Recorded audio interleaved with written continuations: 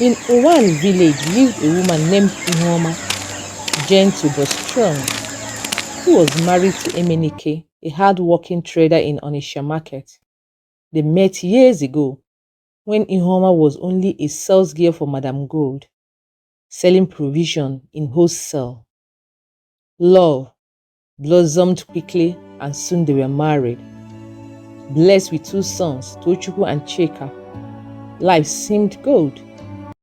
Emenike opened a provision shop for Ihuoma while running his own electronics shop. Together, they built a small but happy home. But tragedy came suddenly. One fateful night, a fire swept through Onitsha market, reducing shops and dreams to ashes. Both Ihuoma and Emenike lost everything. Struggling to feed, they were eventually thrown out by their landlord for unpaid rent. With nowhere to turn, they returned to their village, Uwani. There, hardship deepened. Emenike, broken by failure, turned to drinking, leaving the entire family burden on Ihuoma. She carried this cross alone, selling okpa, the humble Enugu delicacy, under the scorching sun and heavy rain. When fate dealt another blow and Emenike died, many thought Ihuoma would crumble, but she did not. She toiled harder, shaping and molding okpa, though with tears, determination, and love. Through this, she trained her sons. Tochukwu graduated from Nsukka University, and 3 years later, Chika too graduated. Her heart swelled with joy. Surely, her pain had not been in vain. Tochukwu left for Lagos. Chika settled in Abuja after his youth service. Both got good jobs, but to her shock, neither ever remembered her. No calls, no visit, no money, no mama, how are you? The woman who sold up in the rain so they could wear shoes to school was now a forgotten shadow. Ihuoma wept. She asked herself, is it normal for two sons to abandon their mother? Her friend Ego, seeing her thin and frail one evening, asked sharply, Ihuoma, do you think this is ordinary? Children you suffered for, abandoning you like this? No, something is wrong. And indeed, something was wrong. Years ago, after Emenike's death, his only brother Linus had made advances at Ihuoma, but she refused, holding her dignity. Bitter and humiliated, Linus went to a native doctor. The doctor asked him, what do you want me to do for you? And Linus, with venom in his voice, replied, don't kill her, let her live, but make her suffer. Let her two sons forget her completely. And so it was done. The zinc-roofed house in Uwani village stood quiet for the weak corpse of Ihuoma, who now looked nothing like the beautiful, vibrant woman she once was. Her skin was pale, her eyes sulking, and her voice faint as though each word carried the weight of pain. Every evening, Linus, her brother-in-law, would stroll in with a false air of concern. He would say to her, Ihuoma, have you heard from Tochukwu or Chika? Maybe they will soon come home and surprise you. Ihuoma will say weakly, shaking her head, no, not even a letter, not even a word. Sometimes I wonder if I truly gave birth to them. It is as though they no longer exist. Linus would smile secretly, knowing well that it was the very reason her son had forgotten her. Years ago, the dibia had tied their memory, and now Linus enjoyed the reward of his wickedness, living as the father in their lives where their true mother suffered alone. One day, Linus told Ihuoma with forced sympathy, don't worry, I will travel to Lagos myself I'll ask Tochukwu why he and his brother have abandoned you. Let me use my own money to find out what kind of men they have become. Ihuoma, not knowing she was speaking to the very architect of her sorrow, held his hand and whispered, "Thank you, Linus. May God bless you. At least someone remembers me." But in his heart, Linus was laughing. Before traveling, he visited the dibia once again. This time he demanded something darker. Make them forget completely, not just forget her, but believe I am their only father. Let them see me as blood, he said. The dibia performed the ritual, slaughtering a black fowl and tying red and white cloth around a small wooden cabin. It is done, he said, but remember, the day any of them steps foot in Uwani, the spell will break like dry clay in the rain. When Linus reached Lagos, he called Tochukwu. Without hesitation, Tochukwu drove down to pick him up. There were no questions, no doubts. To him, Linus was indeed his father. At the house, Tochukwu introduced him casually. "Jane, meet my father." Jane, confused, whispering later that evening, "Darling, who is that man? You told me long ago that your father was dead." Tochukwu smiled carelessly. "I lied. He's my father. He did everything for me." Jane's eyes narrowed. Something was wrong. But Tochukwu carried on as if nothing mattered. He even built Linus a house in Lagos and provided for him. Still, Linus repeated the warning in his mind. Never let them return to Uwani. Meanwhile, in the village, Ihuoma's health worsened. She could barely stand. Ego, her lifelong friend, watched her deteriorate day by day. One afternoon, Ego, frustrated with the silence from Ihuoma's sons, grabbed her phone and dialed Chika's number. The phone rang several times before Chidimma, Chika's wife, picked up. Ego angrily, voice cracking. "So Chika cannot even answer his phone. Tell him to get ready. Get ready to receive his mother's corpse, since he and his brother abandoned the woman who gave them life." Before Chidimma could respond, Ego hung up. Shocked, Chidimma stayed at the phone. She knew this was not a mistake. A chill ran down her spine. Chika, hearing his wife's raised voice, stepped into the room. "Mma, who was that? Why are you looking like that?" Chidimma, forcing a smile. "Oh, it must be a wrong number." "A wrong number?" Chika said. "But I heard the voice shouting. What did they say?" "Nothing serious. I think they were looking for someone else."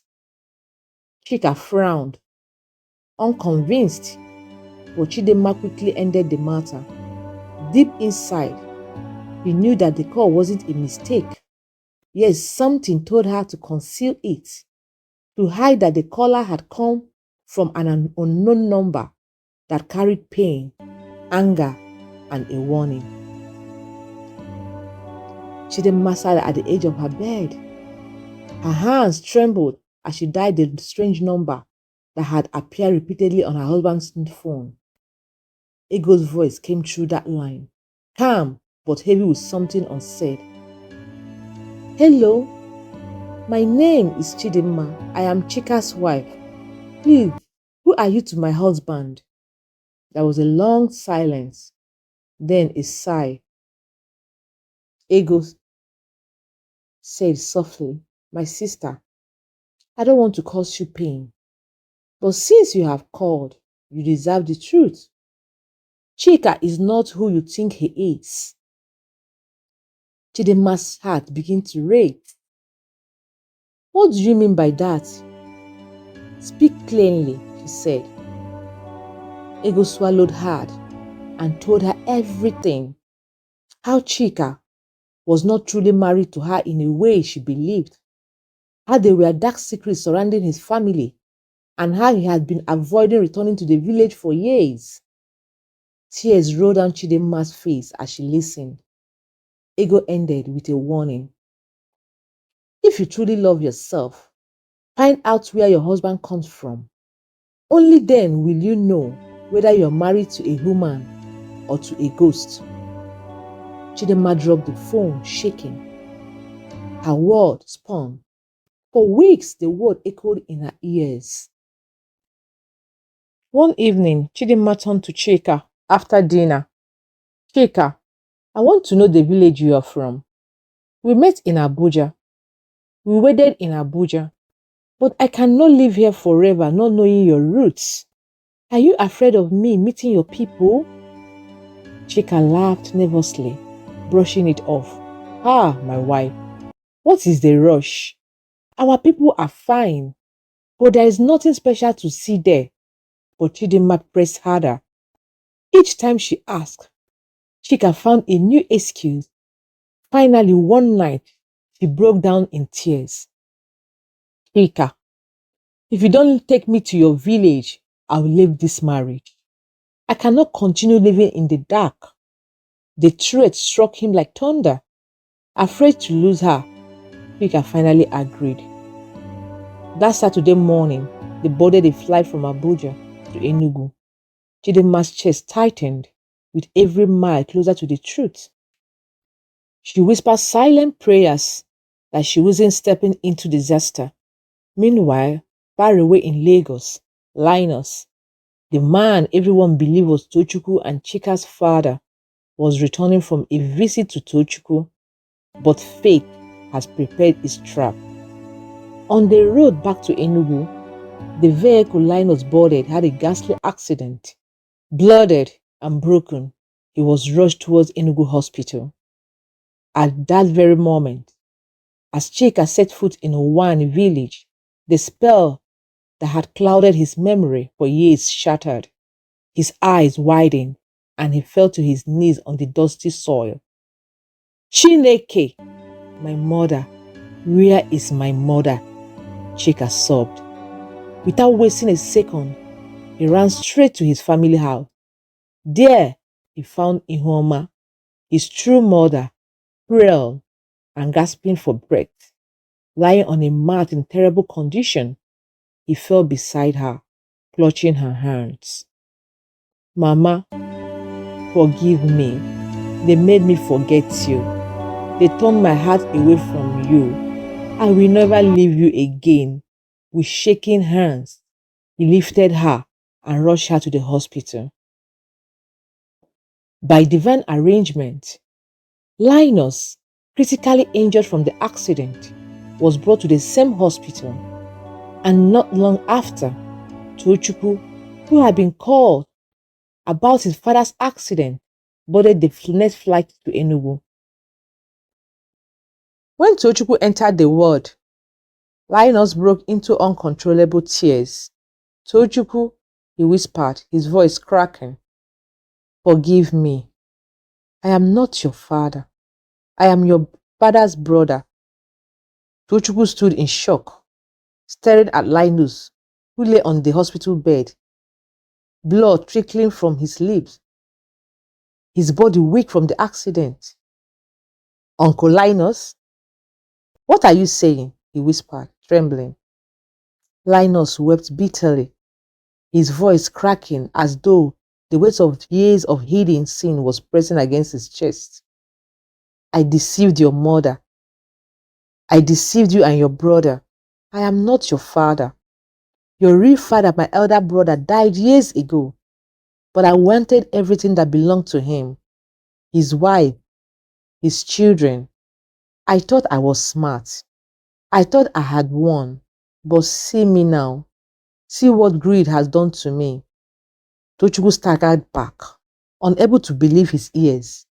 His hand trembled. His heart pounded. The betrayal was too deep. Desperate and shaking, Chika picked up his phone and called his elder brother. Brother Tochukwu, his voice cracked.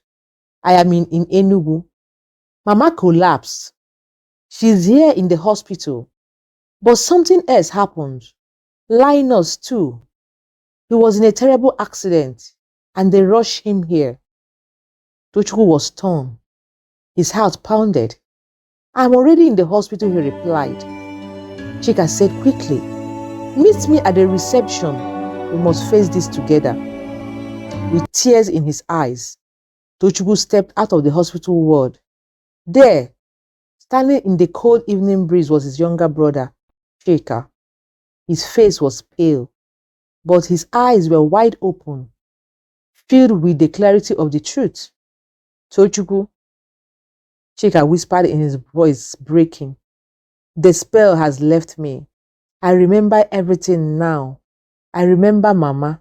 At those words, both brothers fell into each other's arms, weeping uncontrollably. Strangers passing by slowed down, watching the reunion of two broken sons who had finally returned home. Let's go to Mama, Tochukwu said, his voice heavy with emotion. They walked back into the hospital room, where Ihuoma lay on the bed, frail and weak. The moment she saw her son standing side by side, her lips quivered. Tears ran down her wrinkled cheeks. My children, she whispered in a trembling voice. My sons. You remembered me? Mama, forgive us, Chika cried, falling on his knees beside her bed. I was blind, but now I see. I let anger, lies, and selfishness take me away from you. Mama, please forgive me. Tochukwu knelt on the other side, holding her hands. Mama, I should have stood by you. I should never have let bitterness separate us. I failed you. Please forgive me. Ihuoma stretched her weak hands, placed one on each of her sons' heads. With tears rolling down her eyes, she whispered, I carry you both in my womb. I gave you life. I forgive you, even before you ask. You are my heart, my blood. From today, no more division. Let love bind us together again. The three of them wept together, the wounds of many years finally healing in that small hospital room. Meanwhile, Linus, lying in another ward, coughed violently. His chest rose and fell as he struggled to breathe. He had overheard their voices, their reconciliation. With a trembling hand, he lifted his eyes to the ceiling. God, I destroyed what was not mine. I stole what belonged to my brother. I caused a woman pain, and I turned children against their own mother. Forgive me. Forgive. Before he could finish, his breath ceased. His body went still. Linus was gone. News of his death spread quickly throughout the hospital, but no one wept for him. His sins had consumed him, and he reaped the harvest of his wickedness. When the news of Linus' death reached Ihuoma, she wept. Not because she hated him, but because of the wasted years and the suffering he caused. Her tears carried the weight of betrayal and loneliness, but soon they gave way to quiet joy. For at last, both of her sons, Tochukwu and Chika, have returned to her side. After her discharge from the hospital in Enugu, Mami Ihuoma was taken back to Uwani for a short while. The neighbors welcomed her with warmth, preparing light meals and sitting with her in the evening. They shared laughter, old memories, and gentle words. It was a reminder that despite all the years of neglect and sorrow, she was still deeply loved by her people. But Tochukwu, her first son, could not rest easy. One quiet evening, he spoke firmly to his younger brother. Chika, Mama cannot remain here alone. We have failed her enough already. She must come with me to Lagos. From now on, she will live under our care, where she truly belongs. A few days later, he arranged everything and flew his mother to Lagos. This time, not as a burden or a forgotten widow, but as a precious jewel of their home. In their apartment, Mama had her own room, her own space, and more importantly, the constant company of her children and grandchildren. The doctors in Lagos fought for her life, and slowly her health returned. Day by day, with Tochukwu, Chika, and her kind-hearted daughter-in-law Chidimma by her side, Mama Ihuoma grew stronger. She was no longer the lonely woman abandoned in her pain. She was surrounded by love. One golden evening, as the sun dipped low beyond the Lagos skyline, the family gathered around her. Mama smiled weakly, but with joy glowing in her eyes. She said softly, with tears of gratitude, "My children, the devil tried to scatter us, but God has brought us back together. Let us never allow hate or greed to separate us again." Her sons held her hand tightly, tears streaming down their faces. In that moment, they knew love has conquered where wickedness once ruled. The years of suffering were finally behind them, and Mama's dignity was restored. And so, the tears of a mother were wiped away. The chains of deceptions were broken. No matter how long the night of lies lasts, truth will always rise with the morning sun. The moral of this story is that wickedness may delay love, but it cannot destroy it. The truth always rises, and family bound by love will always find their way back to each other. Thank you. Thanks for watching. Like, comment, and share. Please don't forget to hit the subscribe button and watch out for more tales. Thank you.